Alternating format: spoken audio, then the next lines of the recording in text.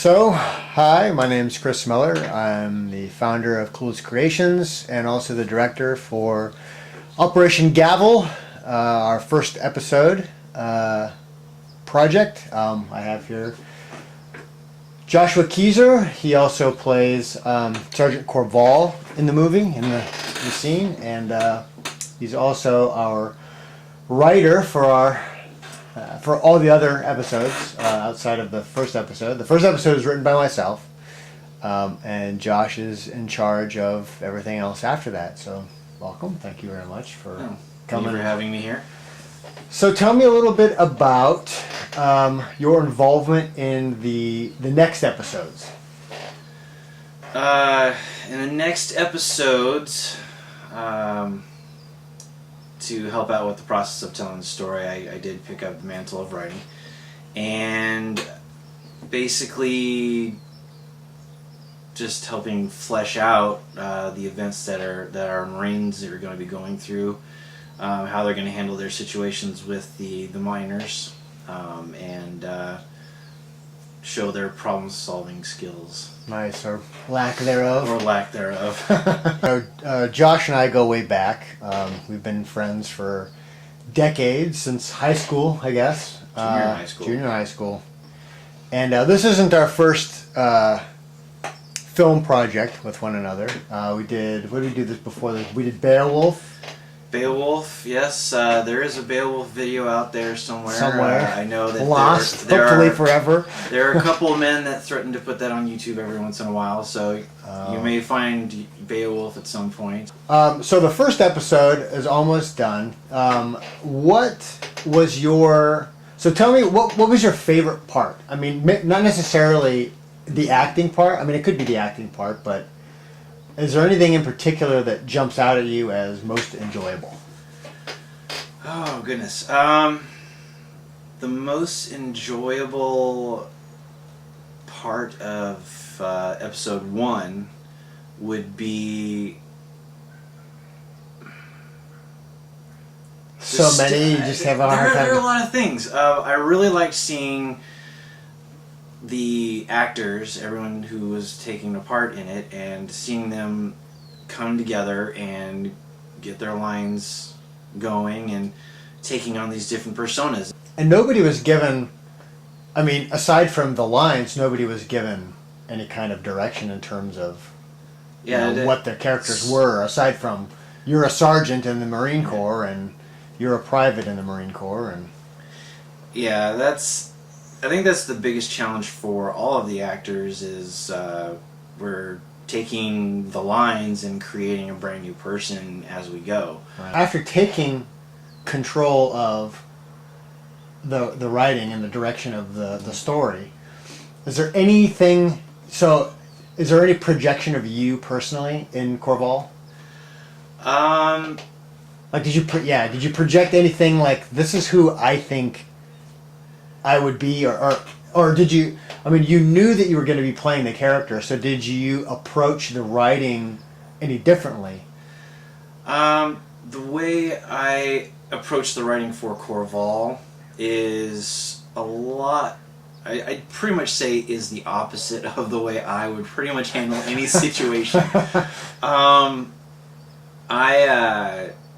As far as any type of group activity, I would say that as far as planning is concerned, I'll make one plan and I'll stick to it. I'm rather stubborn that way. Right.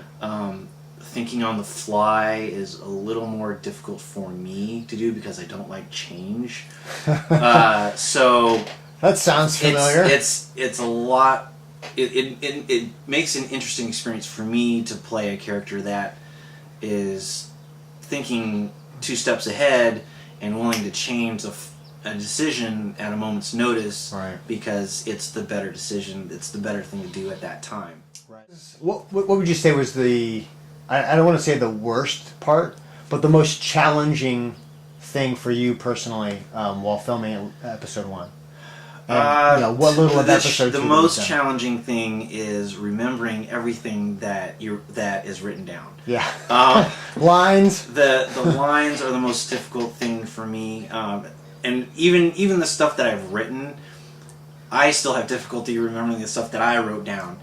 So remembering everything that's written down and getting it out to where it sounds natural. I have no military training whatsoever. You know this. But I have no military training whatsoever, and trying to pay proper respect to those people that do serve in the military is very important to me.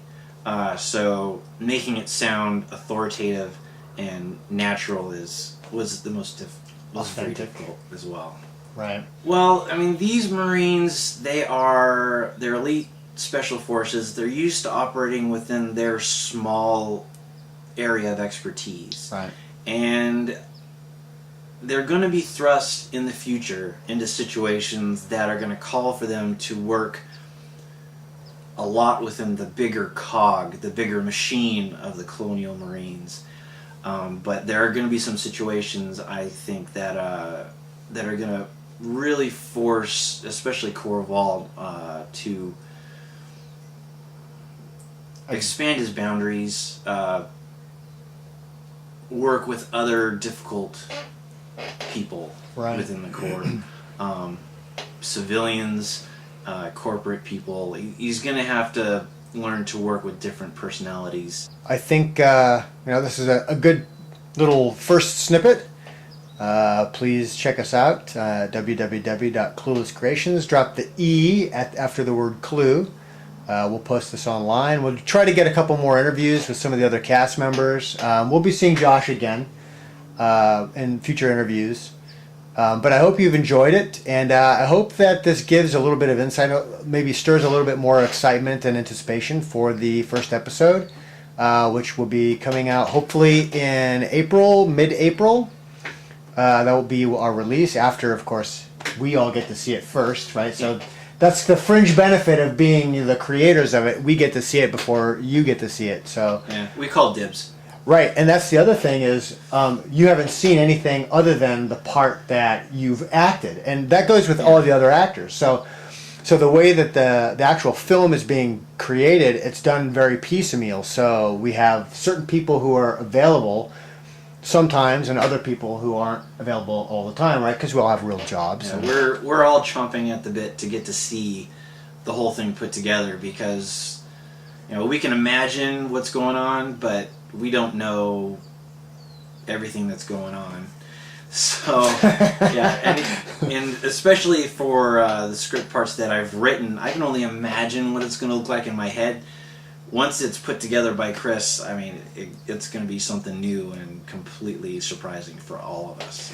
So that'll be a lot of fun. I hope you've enjoyed the interview. I've certainly enjoyed giving it, and we'll have more in the future. Stay tuned.